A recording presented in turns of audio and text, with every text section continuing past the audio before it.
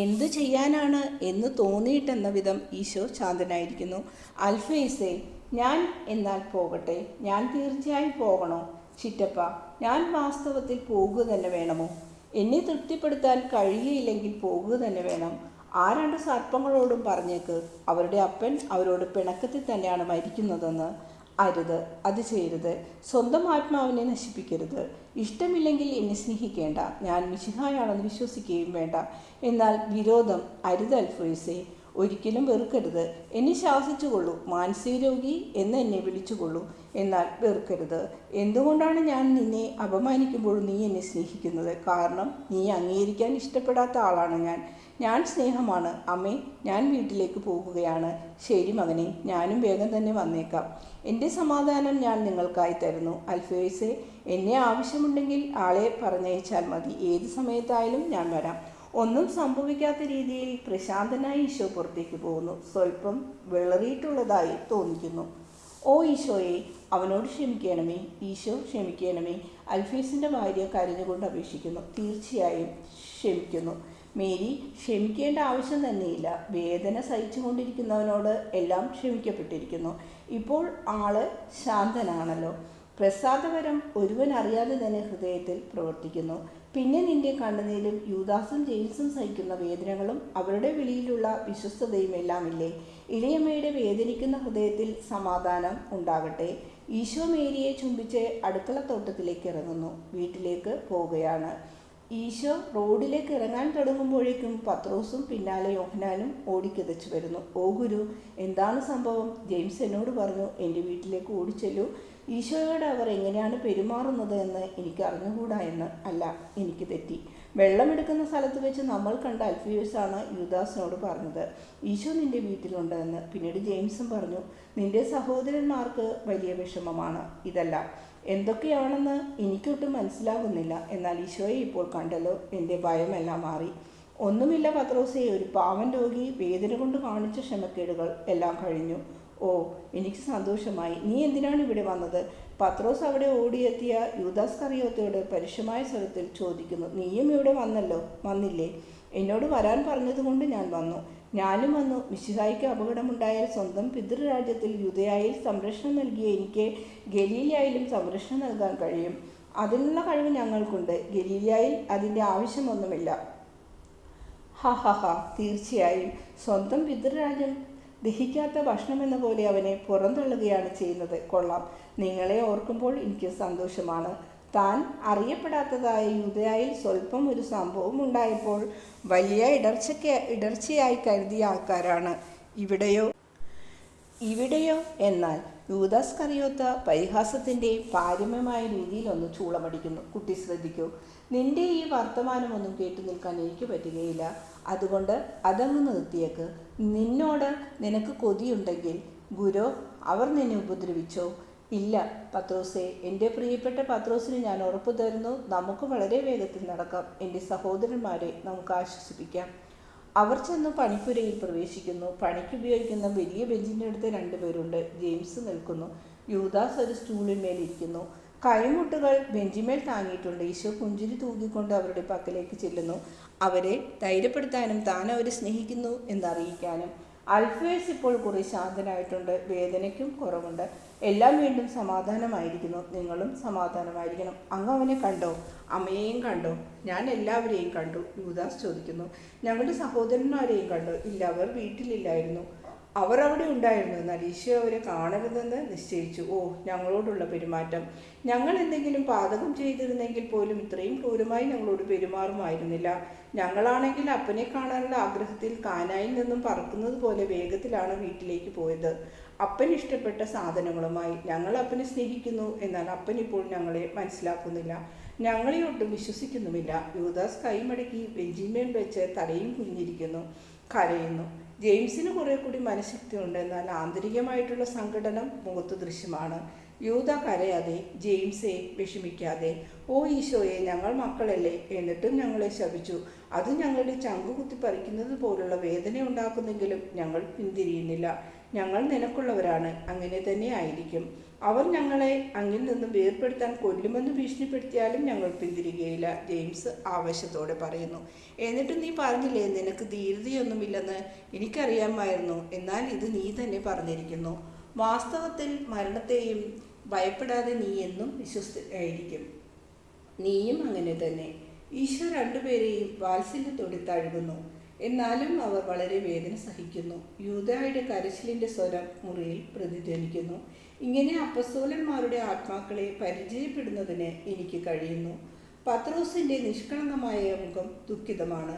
ദുഃഖത്തോടെ പറയുന്നു, ശരിയാണ്, ഇത് വേദനയുണ്ടാക്കുന്ന ഒരു സാഹചര്യമാണ്. എന്നാൽ എൻ്റെ പ്രിയപ്പെട്ട കുട്ടികളെ, ഇത് പറഞ്ഞുകൊണ്ട് സ്നേഹപൂർവ്വം അവരെ പിടിച്ചു കുലുക്കുന്നു. ഈ വാക്കുകൾക്ക് എല്ലാവരും ഒന്നും അർഹരല്ല. എൻ്റെ വിളിയിൽ ഞാനത്ര ഭാഗ്യവാനാണെന്ന് ഞാനിപ്പോൾ മനസ്സിലാക്കുന്നു. ആ നല്ല സ്ത്രീ, എൻ്റെ ഭാര്യ, എപ്പോഴും എന്നോട് പറയുന്നത് നിങ്ങൾ എൻ്റേതല്ലാത്തത് കൊണ്ട് എന്നെ ഉപേക്ഷിച്ചതുപോലെയാണ്. അപ്പോൾ ഞാൻ പറയുന്നു, ഓ ഭാഗ്യപ്പെട്ട ഉപേക്ഷ, നിങ്ങളും അതുതന്നെ പറയും. നിങ്ങളുടെ പിതാവിനെ ഉപേക്ഷിക്കുന്നു, എന്നാൽ ദൈവത്തെ നേടുന്നു. മാതാപിതാക്കൾ നഷ്ടപ്പെട്ട അനാഥയിടയനായ ജോസഫിനെ കുടുംബജീവിതത്തിൻ്റെ അനുഭവജ്ഞാനമില്ലാത്ത അയാൾക്ക് ഇതെല്ലാം അത്ഭുതമുളവാക്കുന്നു.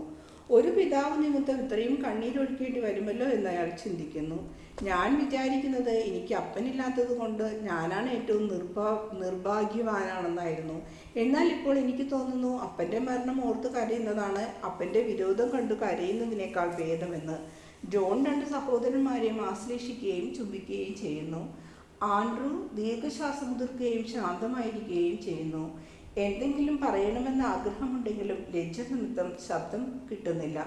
തോമസ്, ഫിലിപ്പ്, മത്തായി, നഥാനിയേൽ എന്നിവർ ഒരു മൂലയിൽ താഴ്ന്ന സ്വരത്തിൽ സംസാരിച്ചു കൊണ്ടിരിക്കുന്നു. യഥാർത്ഥ ദുഃഖത്തോട് കാണിക്കേണ്ട ബഹുമാനം അവർ കാണിക്കുന്നു. സബദിയുടെ പുത്രൻ ജെയിംസ് ദൈവം സമാധാനം കൊടുക്കുന്നതിനായി പ്രാർത്ഥിക്കുന്നു.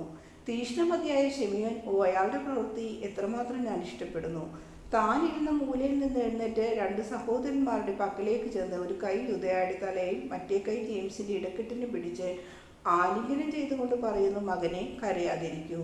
ഈശോ നമ്മളോട് പറഞ്ഞു, നിങ്ങളോടും എന്നോടും പറഞ്ഞു, ഞാൻ നിങ്ങളെ യോജിപ്പിക്കുന്നു. ഞാൻ നിമിത്തം പിതാവ് നഷ്ടമായി തീരുന്ന നിങ്ങളെയും ഒരു പിതാവിൻ്റെ ഹൃദയമുണ്ടെങ്കിലും മക്കളില്ലാത്ത എന്നെയും ഗുരുവിൻ്റെ വാക്കുകളിലെ ആ പ്രവചനം നമ്മൾ ഗ്രഹിച്ചില്ല. എന്നാൽ അവൻ അറിഞ്ഞിരുന്നു, ഇപ്പോൾ ഞാൻ നിങ്ങളോട് യാചിക്കുന്നു, എനിക്ക് വാർദ്ധക്യമായി. അപ്പ എന്നെന്നെ വിളിക്കുന്നത് കേൾക്കാൻ ഞാൻ എത്ര ആഗ്രഹിച്ചിരുന്നു. അതുപോലെ എന്നെ സ്വീകരിക്കൂ. ഞാൻ ഒരു പിതാവെന്ന പോലെ എല്ലാ ദിവസവും പ്രഭാതത്തിലും സന്ധിക്കും നിങ്ങളെ അനുഗ്രഹിച്ചു കൊള്ളാം. എന്നെ ഇപ്രകാരം സ്വീകരിക്കൂ. അവർ രണ്ടുപേരും സമ്മതത്തിൻ്റെ അടയാളമായി തലകുനിക്കുന്നു, എങ്കിലും ഉച്ചത്തിൽ കരഞ്ഞുകൊണ്ടാണ് സമ്മതിക്കുന്നത്. മേരി അകത്തേക്ക് കടന്നു വരുന്നു. ദുഃഖിതരായ ആ രണ്ട് സഹോദരന്മാരുടെ അടുത്തേക്ക് വേഗത്തിൽ ചെന്ന് യൂദയായുടെ ശിരസിലും ജെയിംസിൻ്റെ കവിൾത്തടത്തിലും തലോടുന്നു. ഒരു ലില്ലിപ്പൂ പോലെ വെളുത്തു വിളറിയിരിക്കുകയാണ്. യൂദ മേരിയുടെ കരം പിടിച്ച് ചുംബിച്ചുകൊണ്ട് ചോദിക്കുന്നു, അപ്പൻ എന്ത് ചെയ്യുന്നു? മകനെ, ആൾ ഉറങ്ങുകയാണ്. നിങ്ങളുടെ അമ്മ അവളുടെ ചുംബനം നിങ്ങൾക്ക് തരുന്നു. മേരി രണ്ടുപേരെയും ചുംബിക്കുന്നു. പത്രോസിൻ്റെ പരുഷമായ സ്വരമുച്ചത്തിൽ കേൾക്കുന്നു, കേൾക്ക്, ഒരു നിമിഷത്തേക്ക് ഇങ്ങ് വരൂ, എനിക്കൊരു കാര്യം നിന്നോട് പറയാനുണ്ട്. പത്രോസ് തൻ്റെ ബലിഷ്ഠമായ കൈകൊണ്ട് യൂദാസ്കറിയോത്തായുടെ ഒരു കയ്യിൽ പിടിച്ച് പുറത്ത് തെരുവിലേക്ക് കൊണ്ടുപോയി. അനന്തരം തനിയെ തിരിച്ചു വരുന്നു. നീ അവനെ എങ്ങോട്ടാണ് അയച്ചത്? ഈശോ ചോദിക്കുന്നു. എവിടെ? സ്വല്പം ശുദ്ധമായി ശ്വസിക്കാൻ. അല്ലായിരുന്നെങ്കിൽ ഞാൻ സ്വന്തമായിട്ട് കുറെ കൊടുക്കുമായിരുന്നു. വേറെ വിധത്തിലായിരിക്കുമെന്ന് മാത്രം. ഞാൻ അങ്ങയെ പ്രതി മാത്രമാണ് ഒന്നും ചെയ്യാതിരുന്നത്. ഓ, ഇപ്പോൾ എന്തൊരാശ്വാസം! ദുഃഖത്തിൻ്റെ സാന്നിധ്യത്തിൽ ചിരിക്കുന്നവനൊരു അണലിപ്പാമ്പാണ്. ഞാൻ പാമ്പിനെ ഞെരിച്ചു കളയും. അങ്ങ് ഇവിടെയുണ്ടല്ലോ. ഞാൻ നിലാവെളിച്ചത്തിൽ അവനെ ഇറക്കി വിട്ടെന്നേയുള്ളൂ. അത് വേറെ എന്തെങ്കിലും ആകാൻ പാടുണ്ടായിരുന്നു. ഞാനൊരു നിയമജൻ പോലും ആകുമായിരുന്നു. എന്നാൽ അത് ദൈവത്തിന് മാത്രമേ എന്നിൽ ചെയ്യാൻ സാധിക്കൂ. ഞാൻ ഈ ലോകത്തിലാണെന്ന് തന്നെ കഷ്ടിച്ച് അറിയുന്നതേ ഉള്ളൂ. എന്നാൽ അവൻ നന്നാകാൻ പോകുന്നില്ല. യോനായുടെ പുത്രനായ സൈമൻ അത് തറപ്പിച്ച് പറയുന്നു. എൻ്റെ അഭിപ്രായം തെറ്റല്ല. വേണ്ട, ഉത്കണ്ഠ വേണ്ട. ദുഃഖപൂർണമായ ഒരു സാഹചര്യത്തിൽ നിന്നാണ് അവൻ ഒഴിഞ്ഞു മാറുന്നത് എന്ന് അവന് വിശ്വസിക്കാൻ പറ്റുന്നില്ല. ആഗസ്റ്റ് മാസത്തിലെ തീവെയിലിൽ ചുട്ടുപഴുത്തു കിടക്കുന്ന കല്ലിനേക്കാൾ വരണ്ടവനാണ് അവൻ. വരൂ കുട്ടികളെ, അവിടെ ഒരു അമ്മയുണ്ട്. ഇതിലും മാധുര്യമേറിയ ഒരമ്മ സ്വർഗത്തിൽ പോലുമില്ല. പറുദീസയേക്കാൾ മാധുര്യം നിറഞ്ഞൊരു ഗുരുവുണ്ട് അവിടെ. കൂടാതെ നിങ്ങളെ ആത്മാർത്ഥമായി സ്നേഹിക്കുന്ന ധാരാളം ഹൃദയങ്ങളും. കൊടുങ്കാറ്റ് ധാരാളം നന്മ ചെയ്യാറുണ്ട്. പൊടി പറപ്പിച്ച് ദൂരെ അകറ്റുന്നു. നാളെ നിങ്ങൾ പൂക്കളേക്കാൾ പുതുമയുള്ളവരായിരിക്കും. ഈശോയെ അനുഗമിക്കുന്നതിൽ പക്ഷികളെക്കാൾ വേഗതയുള്ളവരായിരിക്കും. പത്രോസിന്റെ ലളിതമായ ഈ നല്ല വാക്കുകളോടെ ദർശനം അവസാനിക്കുന്നു.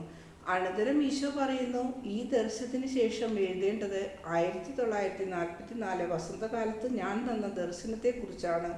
അതിൽ എൻ്റെ അമ്മയ്ക്ക് അപ്പസ്തോലന്മാരെ കുറിച്ചുള്ള അഭിപ്രായം ഞാൻ ചോദിക്കുകയാണ്. ഈ സമയം കൊണ്ട് അവരുടെ ധാർമ്മിക വശം വ്യക്തമായി കഴിഞ്ഞ സ്ഥിതിക്ക് ആ ദർശനം ഇവിടെ ചേർത്താൽ ഒരുത്തർക്കും ഇടർച്ചയ്ക്കും ഹേതുവാകുകയില്ല. എനിക്ക് ഒരുത്തരുടെയും ഉപദേശം ആവശ്യമായിരുന്നില്ല. എന്നാൽ ഞങ്ങൾ രണ്ടും തനിയെ ആയിരിക്കുമ്പോൾ, ശിഷ്യരെയെല്ലാം സ്നേഹിതരുടെ വീടുകളിലും ഗ്രാമത്തിലും മറ്റുമായി അവിടെ ആയിരിക്കുമ്പോൾ, നസ്രസിൽ തങ്ങി അമ്മയോട് സംസാരിക്കുന്നതും എൻ്റെ കരുണ നിറഞ്ഞ സ്നേഹിതയുടെ ഉപദേശം ചോദിക്കുന്നതും എത്ര ആസ്വാദ്യമായിരുന്നു. അമ്മയുടെ അടുത്ത് അവളുടെ മകനല്ലാതെ ഞാൻ മറ്റൊന്നുമല്ലായിരുന്നു. സ്ത്രീയിൽ നിന്നും ജനിച്ചവരിൽ ഇത്രയും മാതൃത്വമുള്ള വേറൊരു സ്ത്രീ ഇല്ലായിരുന്നു.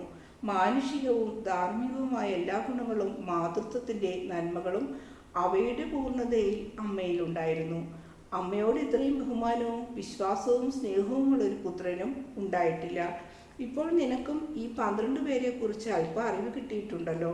അവരുടെ നന്മകൾ, കുറവുകൾ, സ്വബാലം, കഷ്ടപ്പാടുകൾ എല്ലാം മനസ്സിലാക്കിയിരിക്കുമ്പോൾ ഇവരെ ഒരുമയിൽ വളർത്തി ഉയർത്തി പൂർണ്ണരാക്കുക എന്നത് എനിക്കത്ര എളുപ്പമായിരുന്നില്ല എന്ന് ഗ്രഹിക്കാൻ ആർക്കാണ് കഴിയാത്തത്? അതുപോലെ ഒരു അപ്പസ്തോലികന്റെ ജീവിതം എളുപ്പമുള്ളതാണെന്ന് ആരെങ്കിലും വിചാരിക്കുന്നുണ്ടോ? ഒരപ്പസ്തോലനാകുന്നവനെ അഥവാ സ്വയമാണെന്ന് വിചാരിക്കുന്നവന് പലപ്പോഴും ഇതാണ് വാസ്തവം. പ്രയാസങ്ങളൊന്നുമില്ലാത്തൊരു ജീവിതം, സങ്കടങ്ങളില്ലാത്ത എതിർപ്പുകൾ, പരാജയങ്ങൾ ഇവയൊന്നുമില്ലാത്ത ഒരു ജീവിതം ലഭിക്കാൻ അർഹതയുണ്ടെന്നാണ് വിചാരം. എന്നെ സേവിക്കുന്നു എന്ന കാരണത്താൽ ഞാൻ അയാളുടെ ദാസനാകുകയും മുടക്കം കൂടാതെ അയാൾക്ക് വേണ്ടി അത്ഭുതങ്ങൾ പ്രവർത്തിക്കുകയും ചെയ്യണമെന്ന് വിചാരിക്കുന്ന ആരെങ്കിലും ഇപ്പോഴുമുണ്ടോ? ജീവിതം പൂക്കൾ നിറഞ്ഞ ഒരു പരവതാനിയായി എളുപ്പമുള്ളതും മനുഷ്യദൃഷ്ടിയിൽ മഹത്വപൂർണവുമായിരിക്കണമെന്ന് ചിന്തിക്കുന്നവർ ഇനിയുമുണ്ടോ? എൻ്റെ മാർഗം, എൻ്റെ ജോലി, എൻ്റെ സേവനം, കുരിശ്, ദുഃഖം, താഴ്ത്തപ്പെടൽ, ത്യാഗം ഇവയെല്ലാമാണ്. ഞാനത് ചെയ്തു. എൻ്റെ സ്നേഹിതനാണെന്നും സ്വയം പറയുന്നവരും അത് ചെയ്യട്ടെ. ഈ പറഞ്ഞതെല്ലാം എൻ്റെ ജോൺമാർക്ക് വേണ്ടിയല്ല, വിഷയക്കാരും അതൃപ്തരുമായ പണ്ഡിതന്മാർക്ക് വേണ്ടിയാണ്. അതുപോലെ വൃഥ ആക്ഷേപങ്ങൾ ഉന്നയിക്കുന്ന പണ്ഡിതന്മാരുടെ തർക്കങ്ങൾക്കുത്തരമായി ഞാൻ ചിറ്റപ്പൻ, ഇളയമ്മ മുതലായ പദങ്ങൾ ഉപയോഗിച്ചു. ഈ വാക്കുകൾ പാലസ്തീനായിലെ ഭാഷയിൽ അപൂർവമാണ്. മിക്കവാറും ഇല്ല എന്ന് തന്നെ പറയാം. ഞാൻ മേരിയുടെ ഏകപുത്രനാണോ എന്നും മേരി പ്രസവത്തിന് മുമ്പും പ്രസവത്തിന് ശേഷവും കന്യകയായിരുന്നു എന്നും മറ്റുമുള്ള തർക്കങ്ങൾ തീർക്കുവാനാണ് ഞാൻ ഈ പ്രയോഗങ്ങൾ സ്വീകരിച്ചത്. ആധ്യാത്മികമായ ദൈവികമായ ഐക്യത്തിലൂടെയാണ് എന്നെ അവൾ ഗർഭം ധരിച്ചത്. ഞാൻ വീണ്ടും ആവർത്തിച്ചു പറയട്ടെ, അതിനു മുമ്പും പിമ്പും വേറൊരു ഐക്യവും അറിഞ്ഞിട്ടില്ല. വേറൊരു കുട്ടിയെയും അവൾ പ്രസവിച്ചിട്ടുമില്ല. ഭേദിക്കാത്ത ശരീരം, ഞാനും അതിനെ ഭേദിച്ചിട്ടില്ല. അവളുടെ ഗർഭപാത്രം ഒരു പേടകമായിരുന്നു, പരിശുദ്ധ ത്രിത്വത്തിൻ്റെയും അവതരിച്ച വചനത്തിൻ്റെയും സിംഹാസനവുമായിരുന്നു.